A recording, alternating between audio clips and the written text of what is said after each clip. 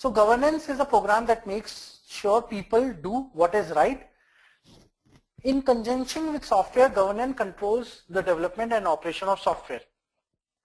So the purpose of this is that you have to establish a SOA organization governance, SOA board that governs SOA efforts and breaks down capabilities into non-overlapping services. So the slide is pretty simple and pretty straightforward. The message is very clear that it says that there has to be a SOA board, right? Because when I talk of these big solutions, right, the T-Mobile solutions or Bank of America solutions, these are pretty big solutions in terms of size, complexity, and the volume of customers it handles.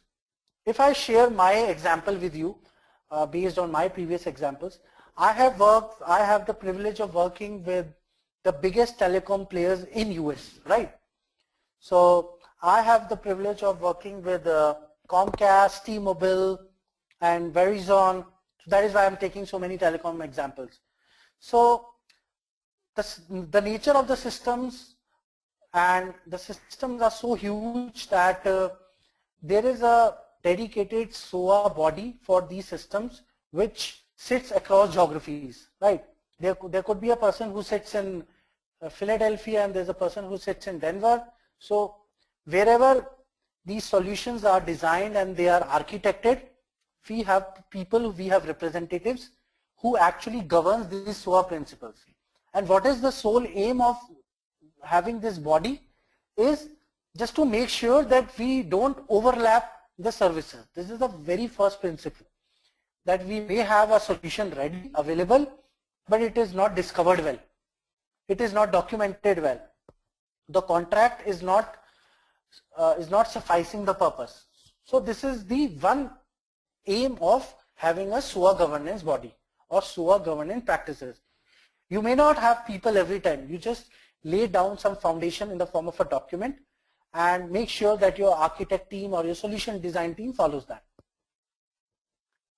Again, we'll continue to talk about the SOA governance. So what this SOA governance is? SOA governance talks about the policies, the processes, and the metrics, right?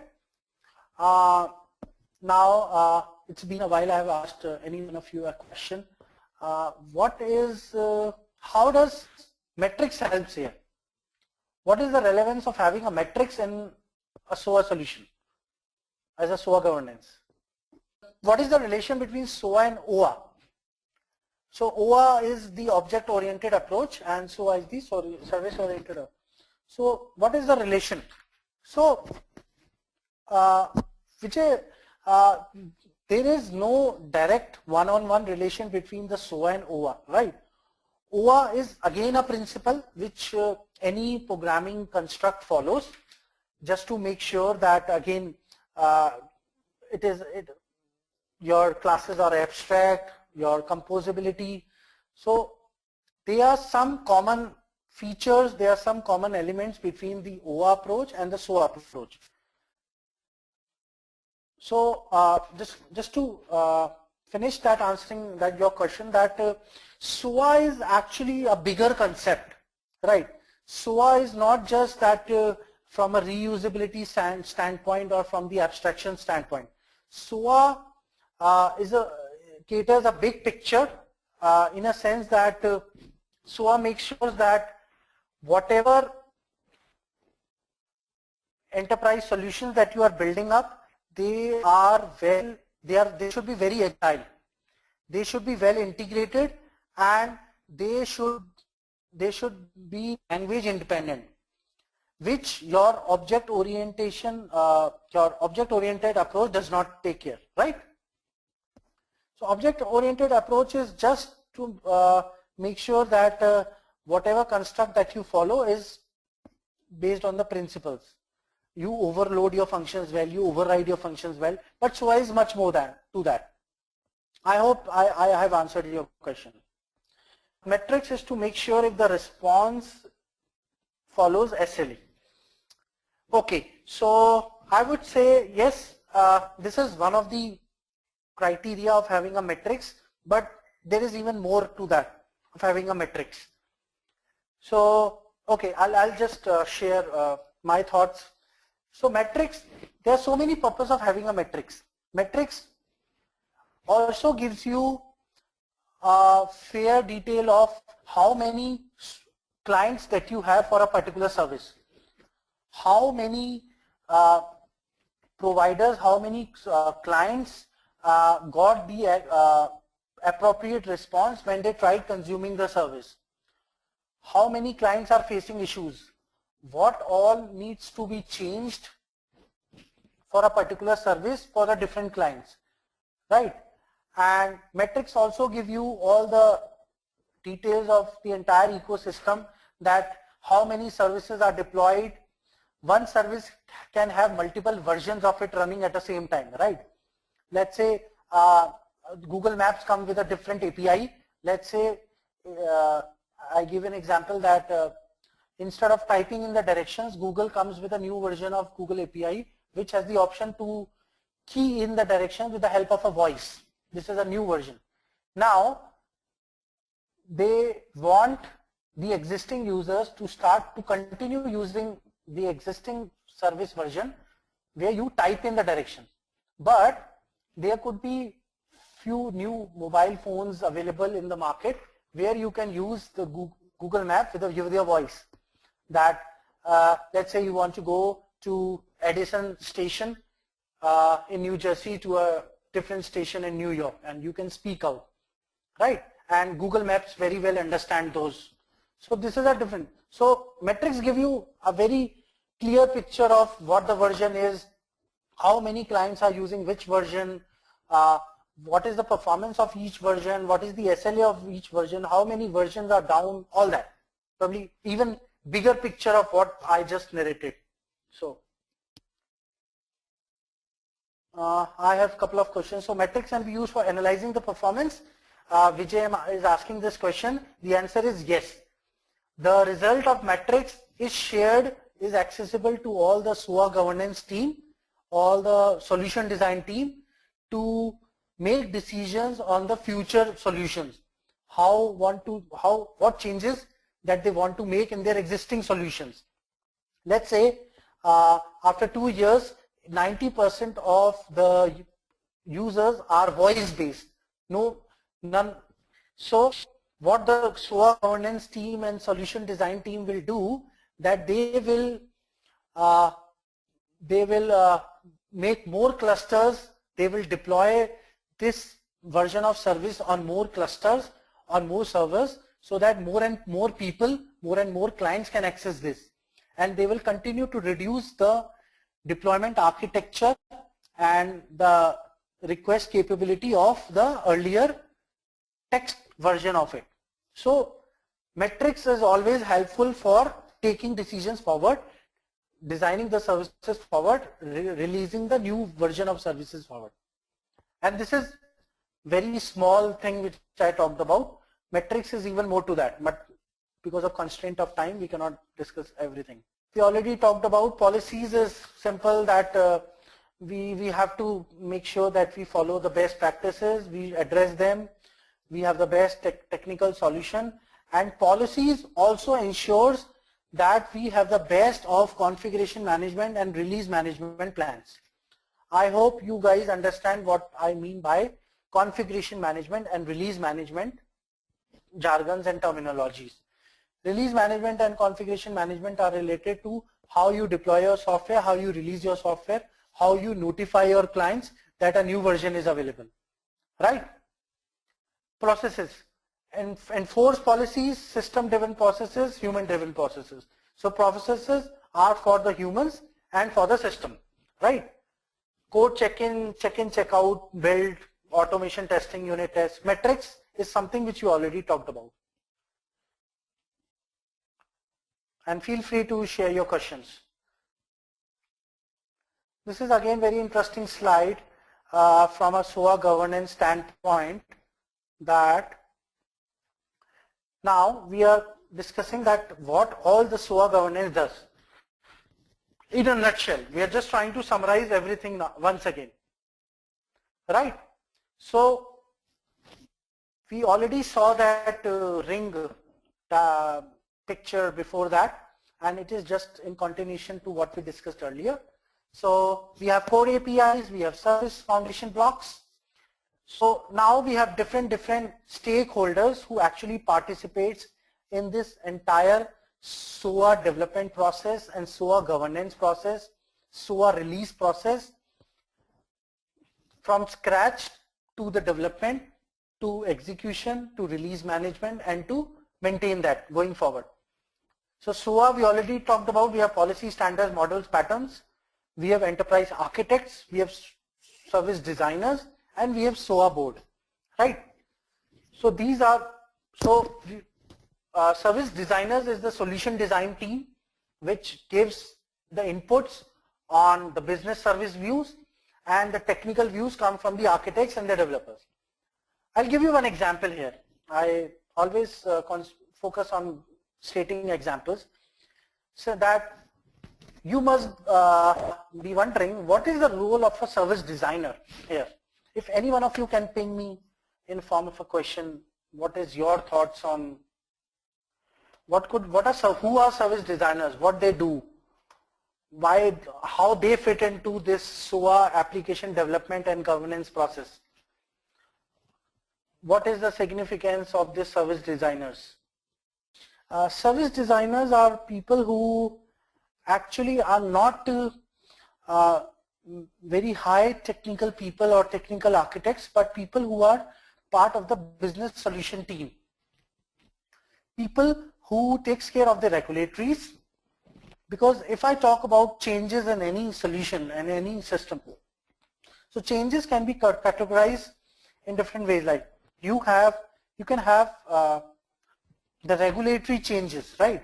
Be it a healthcare domain or a telecom domain or a finance domain, there are always regulatory changes which keeps on coming into the systems, right? So, and those systems and those changes are very time critical, and they are bound to be implemented in the system well ahead on time because of the legalities and which are involved, right? There could be some business advancement changes, right? There could be technological changes. There could be changes related to the different businesses or different new entities which have been introduced in the system. So these service designer teams or solution design teams, they are people who take care of all these changes, right? So even the implementation is not SOA based, they are still part of every organization, any organization, right? But in a typical SOA based organizations where the solutions are typical service based, we call them as service designers. So I'm moving on to the next slide. Okay, so this is a very important slide, and I'll try to cover this quickly because it has a lot of content to look at. I'll just start with the SOA capability matrix, which is there at right hand side of the screen. So you see 4 silos here: integration, quality of service, information, and governance. So whenever you implement any technology, you implement any practices, you implement any new processes, so there is always a capability matrix that you can infer out, right? You can create what all that you plan to achieve and you are actually achieving. For sake, let's say you have any project management practices in your organization, in your project, or any capability maturity processes like the CMMI processes that we have for the IT organizations or the ISO International Standards Organization. So every processes that we follow has a capability matrix which defines the underlying capability for that particular process. So similarly for SOA, we have integration, we have quality of service, which is commonly known as QoS, information and governance. So integration, mediation, routing, transformation, loose coupling, service contract, and identity propagation, SAML. So integration, mediation, we all know what is mediation, routing, and transformation. loose coupling, service contract. I'll just take one example from mediation. Remember, we took an example of ESB, Enterprise Service Bus, and routing. So, and transformation. So these three capabilities actually comes from a enterprise service bus solution. What this mediation and routing and transformation is all about, that mediation routing is this, any service bus provides is that probably, let's say you have sent two request parameters in your service, right? And there are two versions of services which are already aware on the server. Let's say you want to buy, let's say you want to buy a train ticket, and in that you are given from and to an option, and there is another service which is so smart that it has 4 parameters that you give a from, to options, the train ID or a train number, and the time. So if you are giving 4 options, then automatically your server, your request will be routed to the version of service which has these 4 parameters. So this is dynamic routing, which is done by the ESB. Similarly for the mediation. Mediation is something that there are examples that let's say you have a service, right? Now you don't want to expose that service to your consumers. You built a proxy service in front of your main service, the original service. Why you do that? Let's say the bill, if you guys have heard about the billing system, let's say there is a service which charges you $6 per request if any consumer requests for that service, right? Now the criteria to consume that service, that you have to provide a customer account number. The customer account number is always a 16-digit number. Now let's say there is a client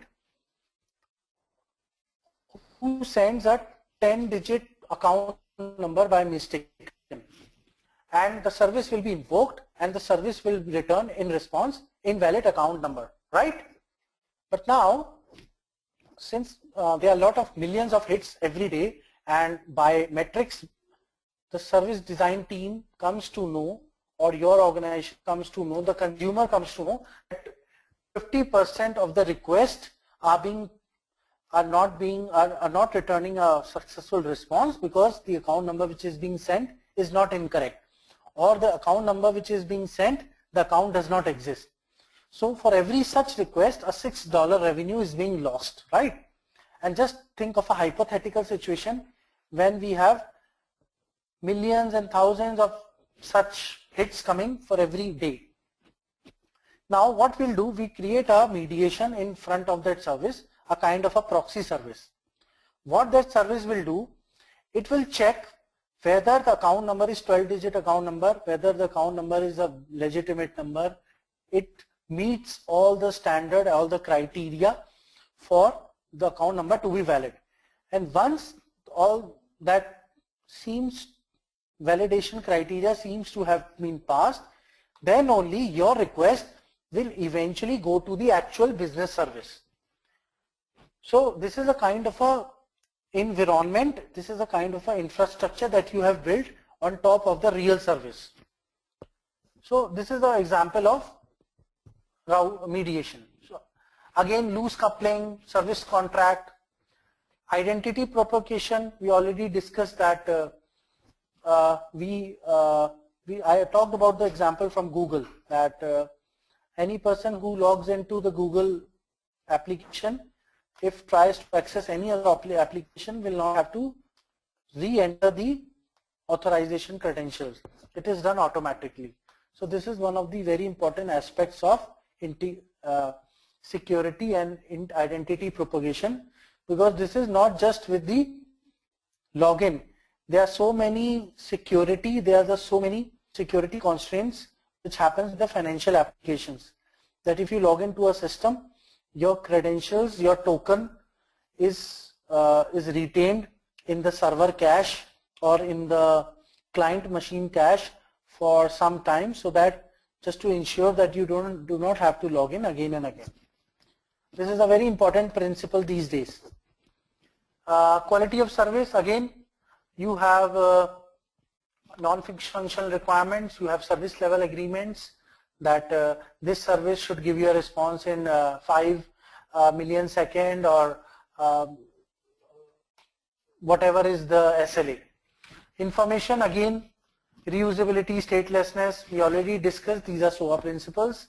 And the governance, we already discussed the governance, that you are doing a proper versioning of your services and you are following the right policy and guidelines. If you come back, so it says opportunity for incremental development, deployment, maintenance and extension of business applications. So any SOA governing body, or if any organization is practicing the right SOA practices, what is achieved? So you are achieving the opportunity for the right incremental development, deployment and maintenance and extension of business application. This is the entire scope for any organization, right? If you guys remember, I showed you a very jazzy kind of a picture on the slide 1, that IT business application and what all challenges they face, and so this is again comprehending the same thing, right? So again, it is again going to the same point, that why we are using SOA. So again, if you follow this, what are the paybacks? What you get in return? Again, all the demerits of having a non-SOA architecture and highly coupled and integration architecture are the paybacks. That it will be very agile, it will be accurate, speedy timelines, availability, recoverability. So everything is so what we saw earlier, the pitfalls have now become the paybacks. The causes is again the reverse of the causes earlier. It is now loosely coupled, no single responsibility principle, like no single the spoke and hub architecture that we saw earlier, and fine grain instead of coarse grain implementation, and low cost and return high ROI, and well defined COE. COE is the center of excellence, that the organization can now be future aligned with the future roadmap. I'm going further, and if you have any questions, you can come back to me on the question window.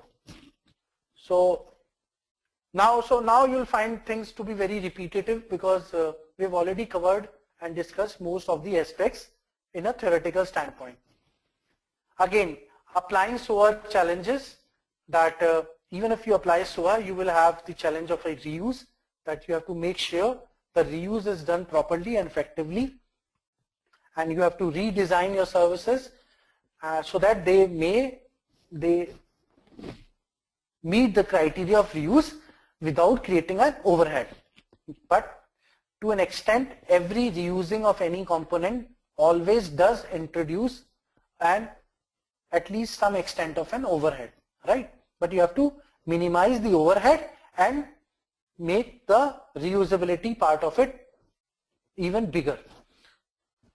Increase complexity, so you have to make sure that the reusability does not increase the complexity, and it is a best sharing of responsibilities.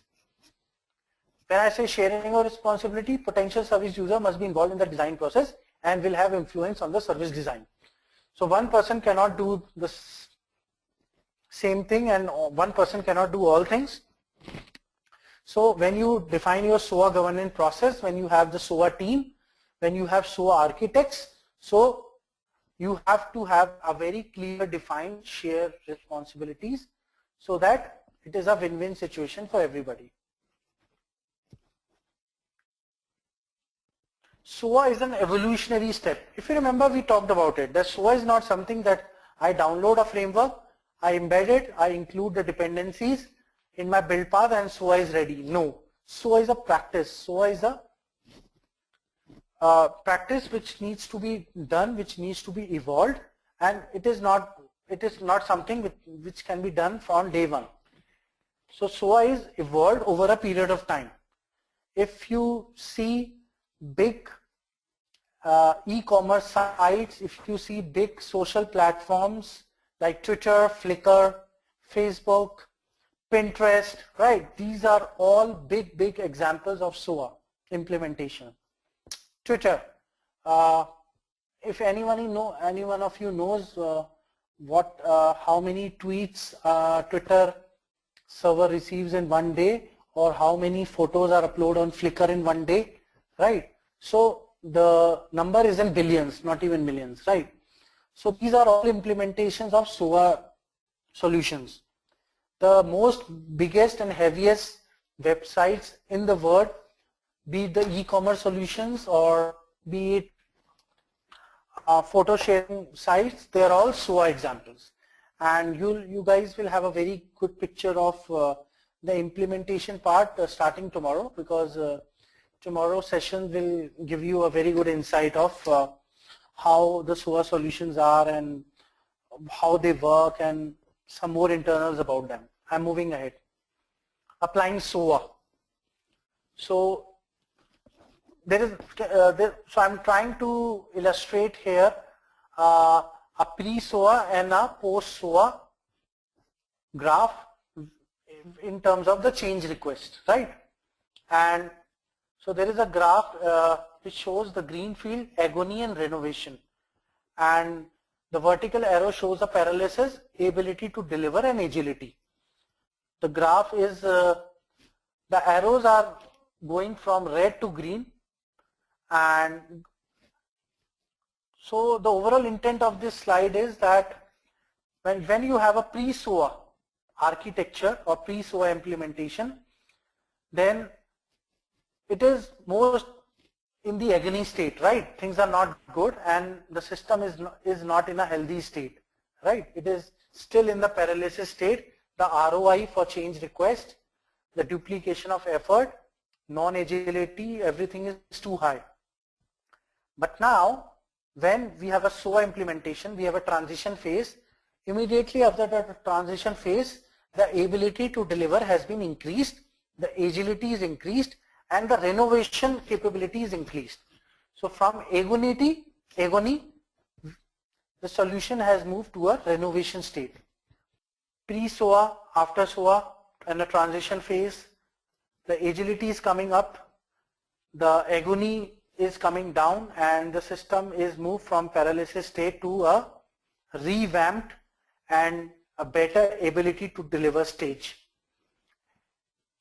And we have three stages: pre-SOA, transition SOA, and on the vertical graph we have agility being defined, and before SOA the change requests were in a paralysis state, in a sense that ROI was high and the duplication efforts were high and the agility was less. Now I have a question to any one of you from the audience. What is a greenfield? If you look at the horizon. So greenfield is a very common term. Like I use this term very often with my clients in US. So greenfield is a terminology which we use for implementation, or I would not use the word project here, but for implementations which actually start from the scratch. I give an example.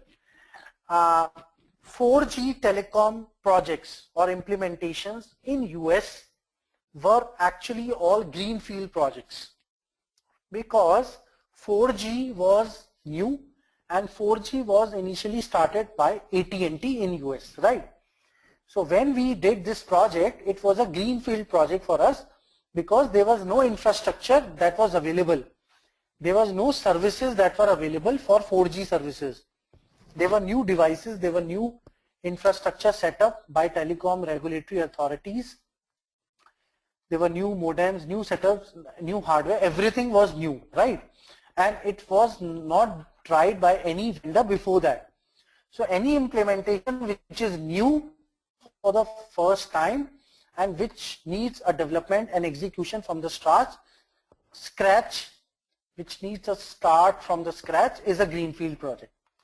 So So I happen to work for two of the greenfield projects with my clients, and they had legacy applications which were not SOA applications. So we had to migrate a couple of existing applications to SOA, and the existing 4G application from the scratch, which was a greenfield project.